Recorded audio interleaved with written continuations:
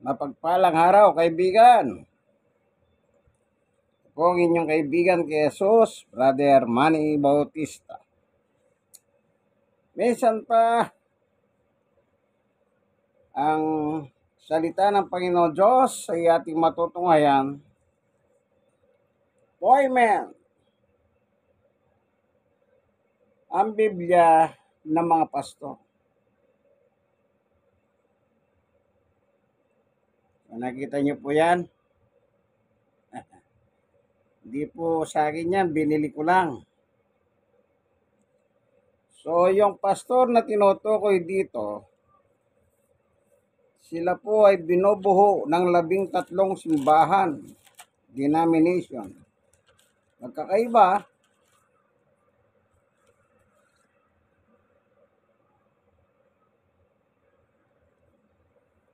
magkakaiba.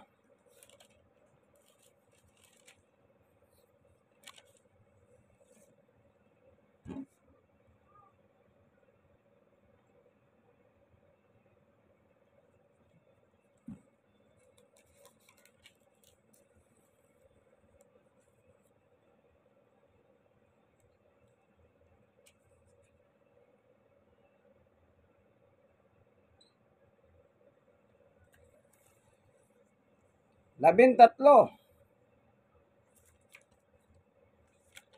Tayo ay mag-aharal ng Ebanghelyo ayon sa poemen ng Biblia ng mga pastor. Tingnan natin yung binanggit ni Apostol Pablo. Apostol Pablo. Po.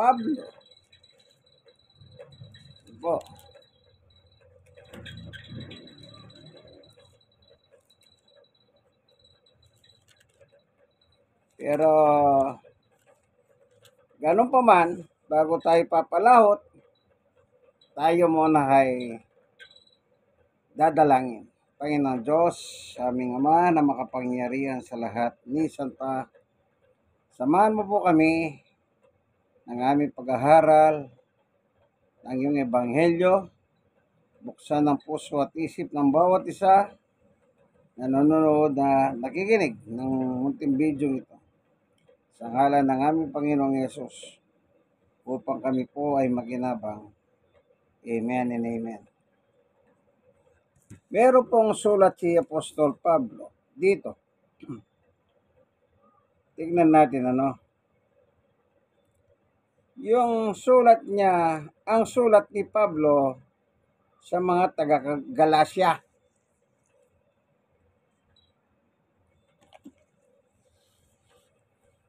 Po.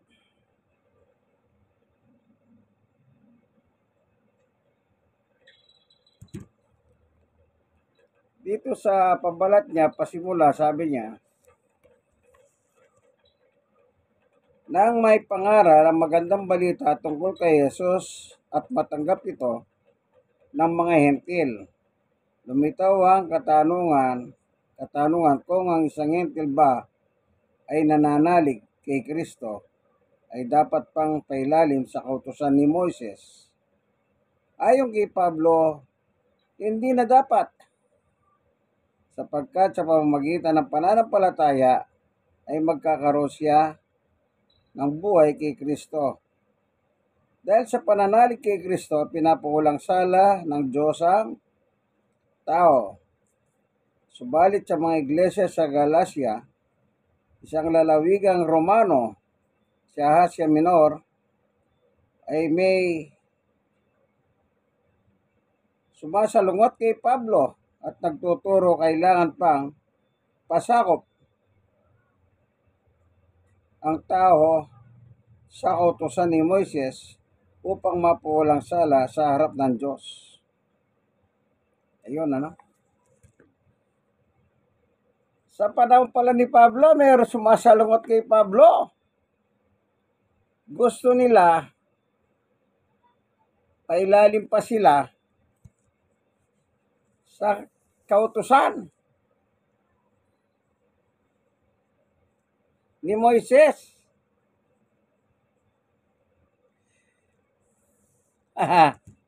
Ang tanong, si Moises ba?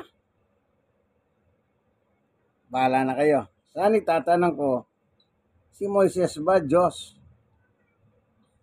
Sabi na nga ni Pablo pananampalataya kay Jesus, patatawarin ka ng Diyos Subalit, may mga sumasalungat pala. Ano ba?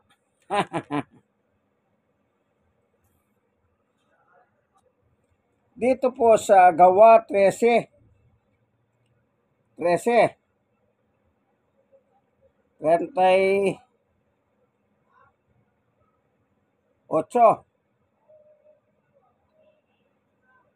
Dapat ninyong malaman, mga kapatid, sa pamamagitan ni Jesus ay ipinangangaral sa inyo ang kapatawaran ng mga kasalanan. 39. At ang lahat na sumasampalataya sa Kanya ay pinalaya na sa lahat ng pagkakasala na mula sa mga ito, hindi kayo kayang palayain ng kautusan ni Moses. Ayun pala. Yung kautusan pala ni Moses, wala palang bisa yon. Pero nagtataka naman ako sa panahon natin ngayon, 2024. Ang dami mga reliyon hanggang ngayon nasa ilalim ng kautusan. Huwag kang kakain ng isda na may kaliskis. Ay, ano ba yon? Walang kaliskis. Huwag kang kakain ng baboy. Huwag kang kakain ng daga. Huwag kang kakain ng ganito. Huwag kang kakain ganyan. Yung mga kautusan, binigay kay Moses tungkol sa pagkain para sa mga Hudyo, sa mga nabubuhay noon. Kaya sabi ni Pablo,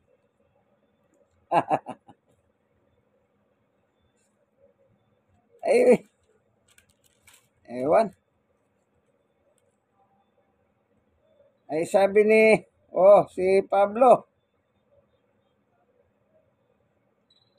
yung pagsunod pala kay Moses na kautusan, itong chapter 13 na nagsasalita dito si Pablo. Ano?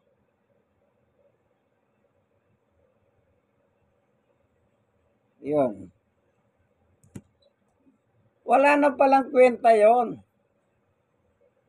Bakit kailangan pang ipasunod sa mga tao? Huwag kang kakain ng ganito, huwag kang kakain ng ganyan, isda, baboy, etc., etc. Especially itong mga Sabadista.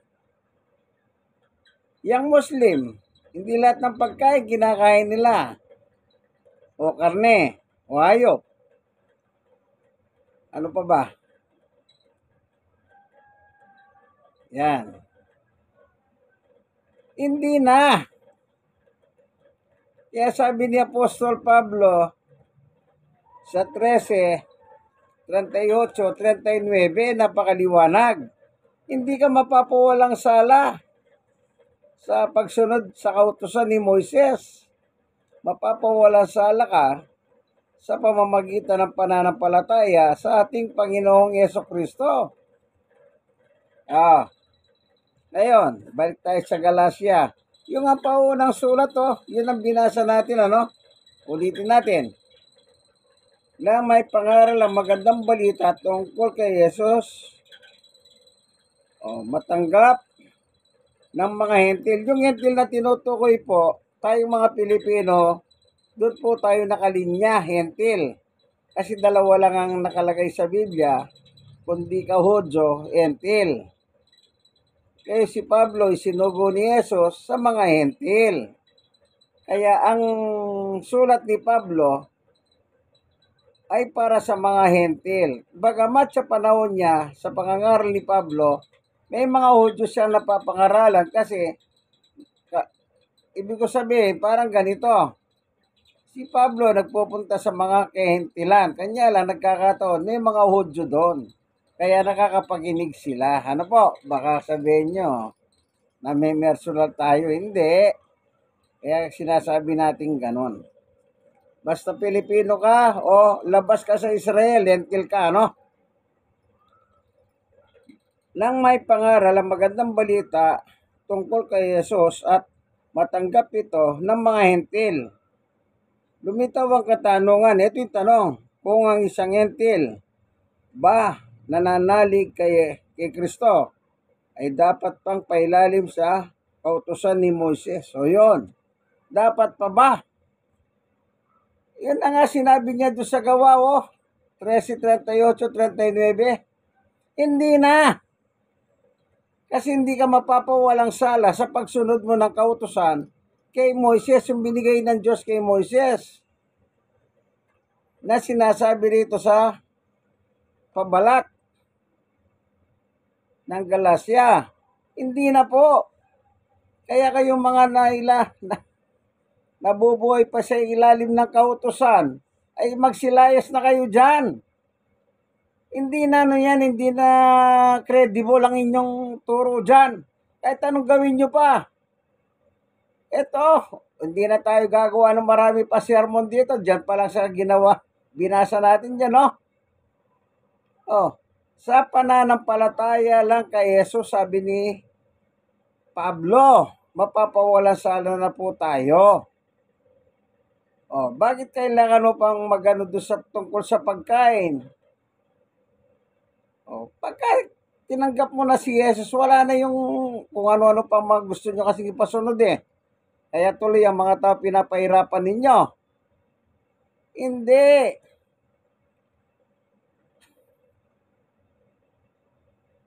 Si Pablo po, apostol ni Jesus. Kung ano ang sulat ni Pablo, so yun po. O aral ni Pablo, aral ni Jesus yun. Kumbaga, si Pablo ay tagapagsalita ng Panginoong Yesus sa mga hentil. Kaya kung ano sinabi ni Pablo, yung garantisado. Galing kay Jesus yun, wag na kayong Apostol nga siya ni Jesus eh. Tingnan nyo ha. Galacia 1:1 ay 1:11. Sabi ni Pablo, mga kapatid, nais kong malaman ninyo ng magandang balitang ipinangangaral ko, hindi katanang taho. 12. Hindi ko ito tinanggap mula sa tao at hindi rin itinuro sa akin na sino man taho. Si Jesucristo mismo ang naghayag nito sa akin. Kita nyo po?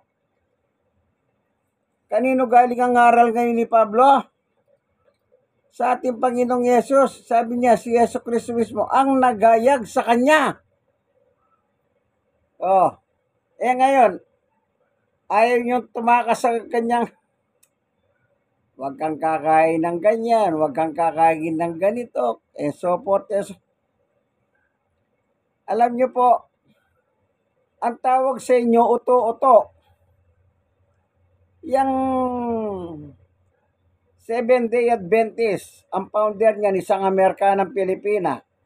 Ay, Amerikanang babae, Pilipina. American. Ellen G. White. Amerikana. Na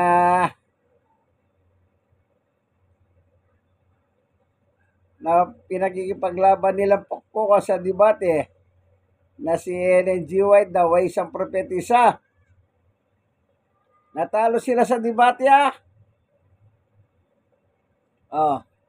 ang nakadebate naman po nila si Pastor ngayon, Bishop Osinando Quillaw ng PMCC Fort Watch, Manila, lokal. Nung nakadebate niya po yung mga Sabadista, wala silang binatbata. Sila pinagtatanggol nila si Ellen G. White daw, propetisa. Ang basahin yung talambuhay ni Ellen G. White. Ang nagbasa po si Bishop ngayon ay siya po Pastor Osinando, ngayon bishop na po siya. Binasa niya yung talang buhay ni Ellen G. White na siya mismo sumulat. Sabi ni Ellen G. White, ako ay isang anghel. Hindi propetisa. Nang basahin niya po sa debate yon. Sa alabang yung debate.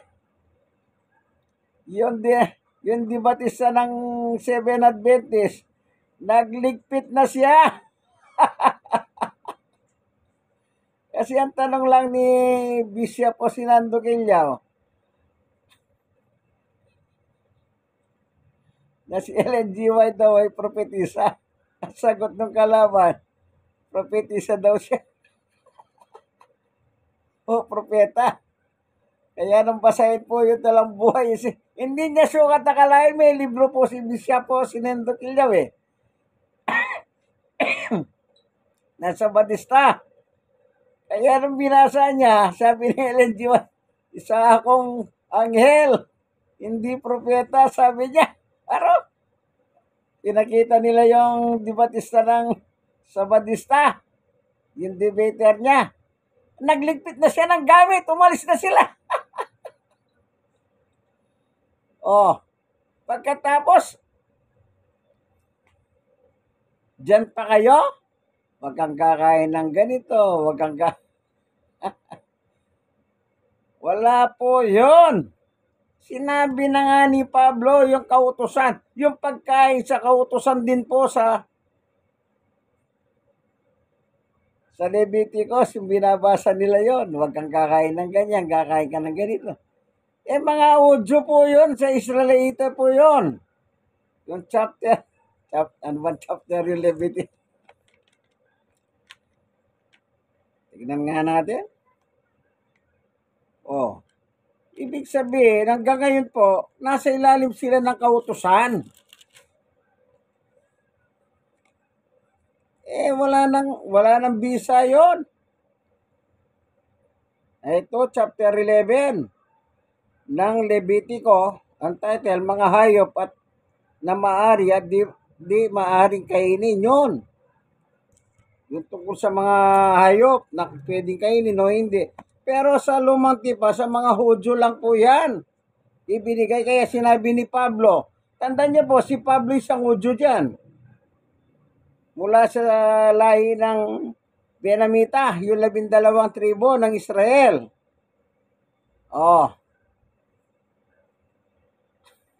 Kaya nung tanggapin niya si Jesus, lahat ng ginibanan ni Pablo yan.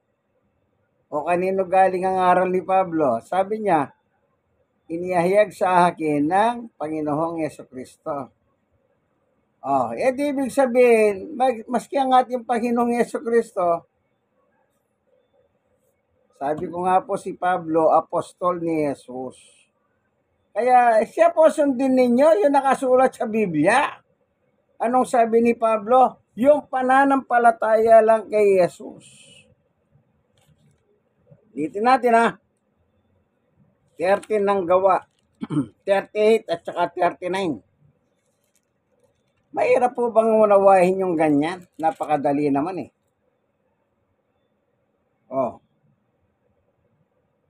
Dapat ninyong malaman, mga kapatid, kita nyo po, kapatid ang tawag, na sa pamamagitan ni Jesus ay ipinangangaral sa inyo. Sino pinangangaral ni Pablo? Si Jesus. Hindi po yung Moises, hindi yung Ellen G. White.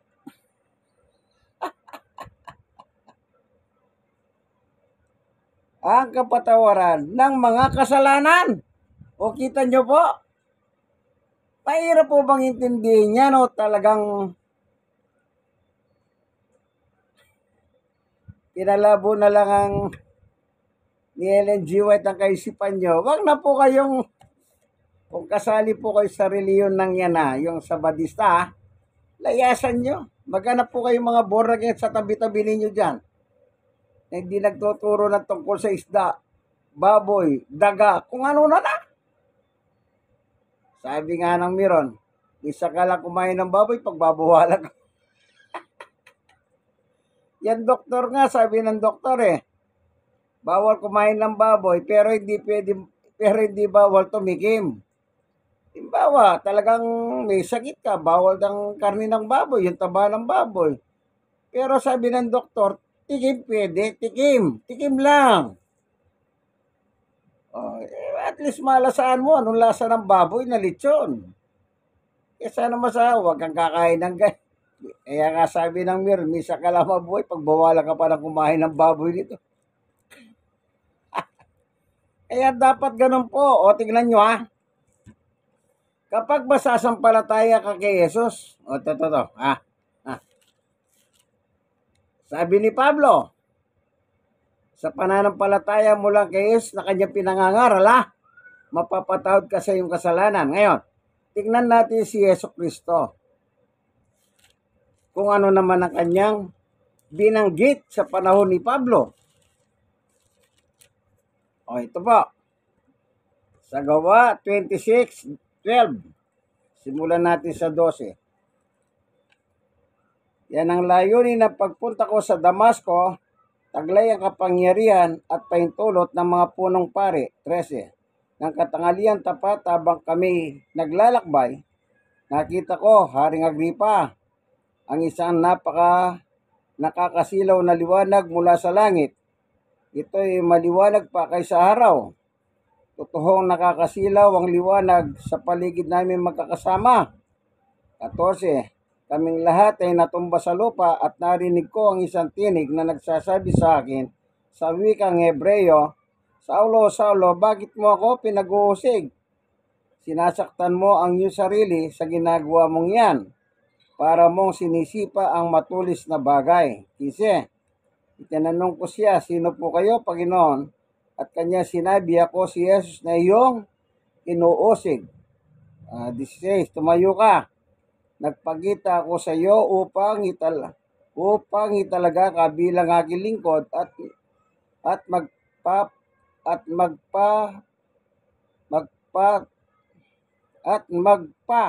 totoo tungkol sa mga nakita mo ngayon at mga ipakikita ko pa sa iyo. O, kita nyo po, si Jesus kausap ni Pablo, nasa langit yun. Si Pablo nasa daan ng Damasco. O, kaya sabi ni Pablo, ipinahayag ni Yesu Kristo sa akin. Ito pala, kausap niya. Tuloy. Ililigtas kita mula sa mga kababayan mong Hudyo. O, di Hudyo po pala. Si Pablo. At gayon din sa mga hentil kung saan kita isusugo. Yun. Hindi ba yung sa Galacia yung pabalat? Referring to gentil, kung tanggapin ba ng mga hentil si Jesus, dapat ba silang pailalim sa kautusan ni Moises? Hindi na. Sinagot na nga rin Pablo yung tanong yun, pero sinagot ni Pablo sa Gawa 13:38-39. Yung pagsunod kay Moises na kautusan, wala nang kwenta yun. Giniba na po ni Jesus yun sa ibabaw ng cross. Tandaan mo, kaibigan. Kung pailalim ka pa sa kautusan, walang kwenta yung ginawa niya sa ibabaw ng cross. O, ba't kailangan pang magpauto-uto kayo dyan sa mga Adventista? O kayo mga Adventista, mag-isip-isip naman kayo. Hindi na po panahon ng kautusan ngayon. Panahon ni Pablo. Okay, tuloy. Saan sinusugo si Pablo? Sa mga hentil. 18. Nimumulat mo ang kanilang mga mata. Ibabalik sila sa kaliwanagan mula sa kadiliman. Ililigtas sila sa kapangyarihan ni Satanas at ibabalik sa Diyos. At sa pamamagitan ng pananampalataya nila sa akin, sila'y patatawari sa kanilang mga kasalanan at mabibigyan ng lugar kasama ng mga taong ginawang banal ng Diyos. Maliwanag ang sabi ni Jesus kay Pablo. Nag-uusap sila Nasa langit si Jesus, nasa lupa si Pablo. Journey to Damascus. Ano sabi niya? Sa pananampalataya nila sa akin, patatawari sila sa kanilang mga kasalanan. Yung palang pinangaral ni Pablo sa pamamagitan ng pananampalataya kay Jesucristo, mapapawalasala kayo. Yung pala yung sinabi ni Jesus kay Pablo eh. Oh, si Jesus mismo narinig ni Pablo. Kaya sabi ni Pablo, itong aral ko, hindi galing sa akin, kundi pinahayag sa akin ni Jesucristo. Ito yon sa libro ng gawa. O sino ba nauna? Libro ng gawa o libro ng Galasya? Gawa muna kasi dito siya itinalagay. Yung sa Galasya, journey ni Pablo yan sa kanyang pangangaral about Jesus. So dito sa chapter 26 ng gawa, kaya yung gawa, ito yung mga sulat ng mga apostol. Yung mga apostol, sila Pedro, sila Pablo. Oh, kaya doon sa Galasya, sabi niya, yung aral ko, hindi tinuro ng tao sa akin ito o kata ng tao. Inihayag mismo ito ni Jesus sa akin.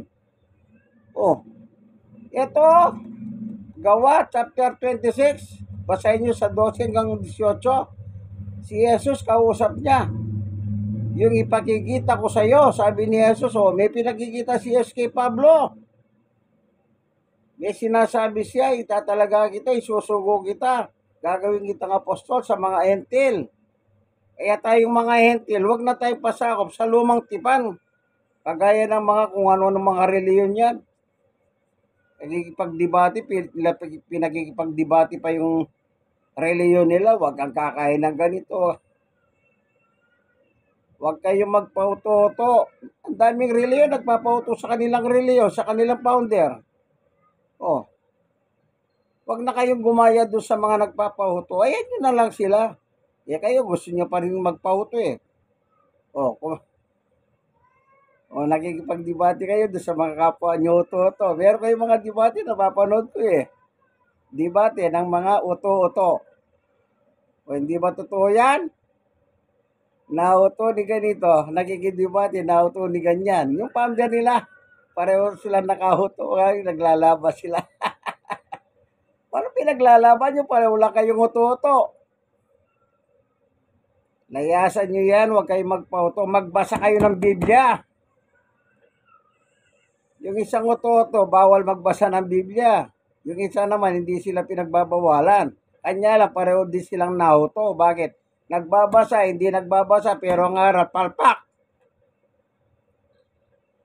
Yung isa, huwag kang kakain ng ganito, ganyan, kung gusto mo makarating ng langit. Yung isa naman,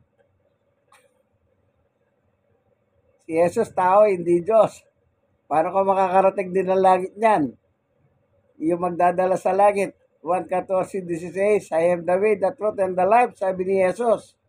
Walang makakapunta sa aking Ama sa langit kundi sa pamamagitan ko. Binabagsak mo si Jesus at sabi mo na, hindi tao. Oh, Jesus, tao ka lang, hindi ka Diyos. Idadali ka ba ni Jesus niya sa langit?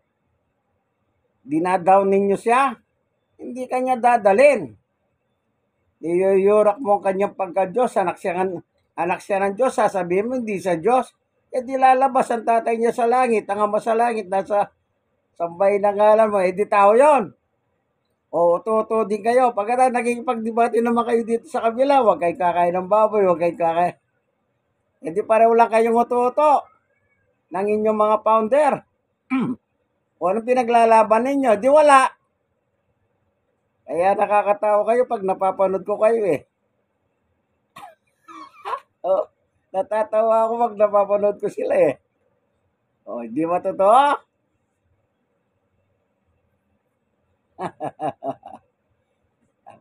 Alam niyo po, ewan ko ba? Dami nagsuporta ng reliyon, nagbabasa ng Biblia, pero hindi yata nila naintindihan ng binabasa nila. Intindihin nyo naman. Salamat, Panginoon Diyos, sa liwanag ng iyong turo at aral.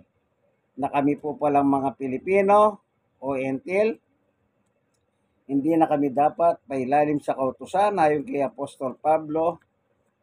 Ito naman si Pablo ay apostol mo sa pamagitan ng aming Panginoong Jesucristo. Salamat po, Panginoon. Aming Diyos, kung sakali man yung mga nanonood ng bidyong ito, taliwas pa rin ang kanilang pananampalataya, baguhin nyo po sila. Sila lang kung ikaw lang pwedeng bumago sa kanila. Salamat po sa ngalan ni Jesus. Amen. Okay. Ang tinutukoy yung nagdidebate na papanood ko dyan, dalawa. Seven Adventist at saka Iglesia ni Cristo kay Mount Felix Manalo. Seven Adventist founder by Ellen G. White, yung Amerikana na babae. Yan, nakikita ko sila sa debate sa social media kaya natatawa ako sa kanila eh. Ano kayang gusto nila patunayan? Pareho lang silang uto-uto. Yung isa, wag kang kakain ng ganito. Di ka papasok sa langit pag kumain ka ng ganyan. Yung isa naman, si Jesus tao, hindi Diyos kailanman. Pero si Mount Felix Manalo naman, si raw ay anghel na umakyat sa sikatan ng araw. Di mataas pa si Felix Manalo kay Jesus. Kasi si Jesus tao, si Felix Manalo patay, anghel. Ano ba gusto nilang patunayan sa debate nila? Kaya natatawa ako pag napapanood ko sila sa debate eh.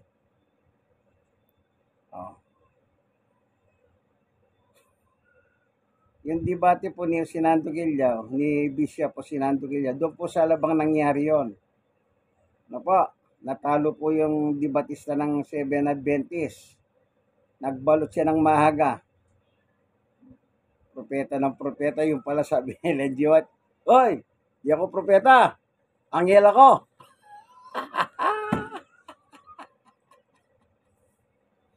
Ayun, nagbakwit.